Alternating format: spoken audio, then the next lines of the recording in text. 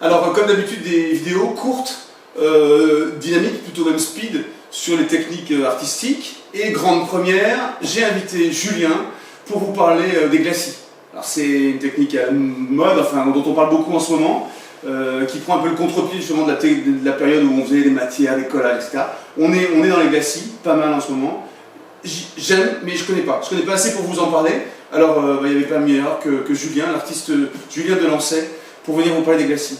Cette petite vidéo parle des généralités, et puis on verra après l'acrylique et l'huile.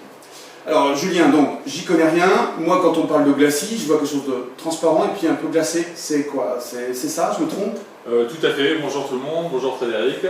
Donc, effectivement, le glacis, c'est une couche de couleur transparente qui vient recouvrir une couleur déjà existante qui est sèche. Okay. Donc on ne fait jamais de glacis sur quelque chose de frais, sinon c'est pas un glacis, c'est un fondu. Donc tu comprends? Oui, ça y est. C'est vrai, effectivement. Donc il n'y a pas de mélange du fond avec la couche que tu vas rajouter au-dessus. Non, en fait c'est une superposition de couleurs, et cette couleur est transparente. Donc un glacis, oui c'est glacé, parce que en fait souvent le glacis est brillant. D'accord. Du fait des propriétés de ce qu'on mélange à la médium. D'accord, ok. Donc on peut faire deux types de glacis. On peut faire les glacis à l'acrylique et les glacis à l'huile. D'accord. Alors, historiquement, enfin c'est nouveau, c'est ancien. Je te tire ce temps la perche pour que tu nous dises que finalement les glacis on utilise depuis toujours. Ah bah, de toute façon, les glacis on l'utilise depuis l'invention de la peinture à l'huile. Et donc à la Renaissance, le glacis était la technique fondamentale en fait de la peinture. Okay. Et on faisait à peu près une dizaine, vingtaine de couches de glacis sur les tableaux. Léonard, on sait que sur ses visages, sur ses portraits, on faisait une vingtaine au moins.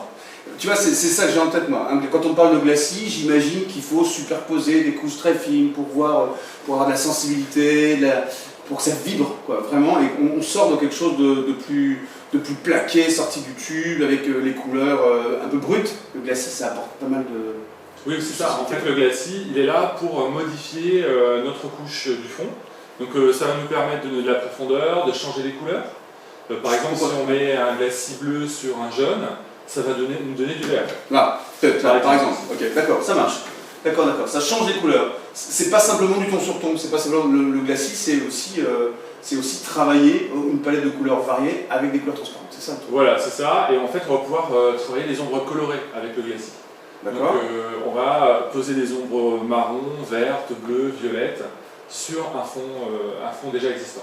D'accord. Matériel, alors avant de rentrer après dans le détail acrylique ou huile, le matériel pour glacis c'est compliqué, c'est cher, c'est pointu, c'est...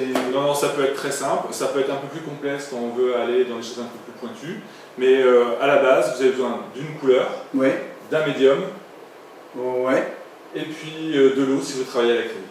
D'accord, des pinceaux, le doigt, le nez.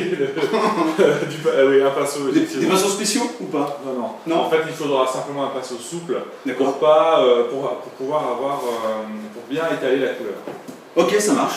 Bon, c'est fini pour les généralités. On se retrouve dans les deux prochaines vidéos glacis à l'acrylique, glacis à l'huile. On va rentrer dans le matos, cette fois-ci concrètement dans les outils et les matériaux. Merci beaucoup pour votre attention.